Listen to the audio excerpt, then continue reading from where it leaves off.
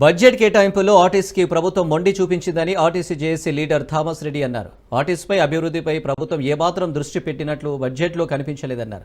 ఆర్టీసీని ఆధునీకరించి విస్తరిస్తామన్నారు. ఆధునిక సౌకర్యాలతో కొత్త సర్వీసులు తీసుకొస్తామని అవి కూడా చేయలేదన్నారు.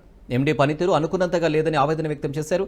పీఆర్సీ బకాయిల చెల్లింపులో జాప్యం జరుగుతుందన్నారు. ఆర్టీసీ బడ్జెట్ కేటాయింపులపై థామస్ రెడ్డితో మా ప్రతినిధి రామలక్ష్మి ఫేస్ టు ఫేస్.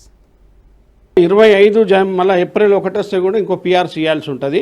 మీరు చెప్పిన వాగ్దానం ప్రకారంగా మరి 2021 పీఆర్సీని ప్రభుత్వ ఉద్యోగులతో సమానంగా చేస్తా అన్నారు కాబట్టి ఆ విధంగా చేయాలని చెప్పి అడిగితే మాట్లాడకపోవడం వలన సమ్మె నోటీస్ ఇచ్చినాం.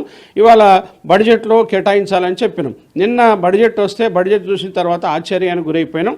బడ్జెట్ పూర్తిగా ఆర్టీసీని నిర్వీర్యం చేయడానికి పెట్టినారు. అది బడ్జెట్ కాదు, ఆర్టీసీకి పెట్టలేదు అని చెప్పడానికి మేము సిద్ధంగా ఉన్నాం. కేవలం మహాలక్ష్మి పథకం కోసము 4,305 కోట్లు పెట్టడం జరిగింది. వాళ్ళు అంత మాత్రమే పెట్టారు. అవి కూడా నెక్స్ట్ ఇయర్ వరకు కంటిన్యూ కావాలి.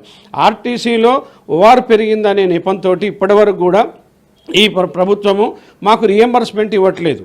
రియంబర్స్మెంట్ అంటే బస్ పాసులు, స్టూడెంట్ బస్ పాసులది ఉంటుంది, తర్వాత ఫ్రీడమ్ ఫైటర్లది ఉంటుంది, ఫిజికల్ హ్యాండిక్యాప్డ్ ఉంటుంది, మీ జర్నలిస్టులది ఉంటుంది, ఇంకా వేరే ఇట్లాంటివి ఉంటాయి. ఇవన్నీ కూడా మాకు గత ప్రభుత్వాలు ఇచ్చినట్టు ఈ ప్రభుత్వం ఇవ్వాల్సింది ఇవ్వట్లేదు. రెండోది ఓఆర్ పెరిగింది. మహాలక్ష్మి పథకం వల్ల మేము స్వాగతిస్తున్నాం, పనిచేస్తున్నాం, ఇబ్బందులు పడుతున్నాం. ఓకే, ఆ ఓఆర్ పెరిగింది, కానీ రియంబర్స్మెంట్ మీరు ఇవ్వాలి. ఏమన్నారు? నెలకి దాదాపుగా 400 కోట్లు మాకు రావాల్సి ఉంది. మీరేం చెప్పారు? ఫైనాన్స్ మినిస్టర్ గారు 350 కోట్లు ఇస్తామని చెప్పారు. ఆ ప్రకారంగా ఇవ్వాలి, కానీ ఇస్తున్నా అని మీరు స్టేట్మెంట్లలో చెప్తా ఉన్నారు. వాస్తవంగా మీరు ఎంత ఇచ్చింది అనేది ఇవాళ మేము అడుగుతా ఉన్నాం ప్రశ్న. మీరు ఎంత డ్యూ ఉన్నది చెప్పండి. ఇప్పుడు బడ్జెట్ రిక్వైర్మెంట్ అనేది ఆర్టీసీకి ఎంత ఉందంటారు? ఇప్పుడు చేసిన దానివల్ల ఎంత వరకు కవర్ అవుతుంది అంటారు? మాకు 10,000 కోట్లు బడ్జెట్లో పెట్టాల్సిన అవసరం ఉండే ప్రభుత్వానికి. రెండోది, ఈ సంవత్సరం అంతా కూడా ఉండడానికి కొత్త బస్సులు కానీ, మనుగడ కానీ, వెల్ఫేర్ కానీ చేయడానికి ఉండాల్సి ఉండే. మేము బడ్జెట్ మొత్తంలో 3% పెట్టండి అని చెప్పి కొన్ని ఏళ్ల నుంచి కొట్లాడుతూ ఉన్నాం. 3% అంటే 3,000 కోట్లు ఉంటుంది. పనిభారం ఎక్కువై రోజు పనిచేయడం వల్ల స్ట్రెస్కి గురవుతూ ఉన్నారు. అటువంటి పరిస్థితుల్లో మేము ఇస్తే అర్థం చేసుకోమని చెప్పి నేను రిక్వెస్ట్ చేస్తూ ఉన్నాను. లేని పక్షంలో సమ్మె తప్పదు. ఇక లాస్ట్కి ఏం చేస్తాం? పిల్లిని బోన్లో వేసి కొడితే తిరుగుబాటు చేసినట్టుగా ఆర్టీసీ ఉద్యోగులకు చివరిస్తాం. అదే ఉంది.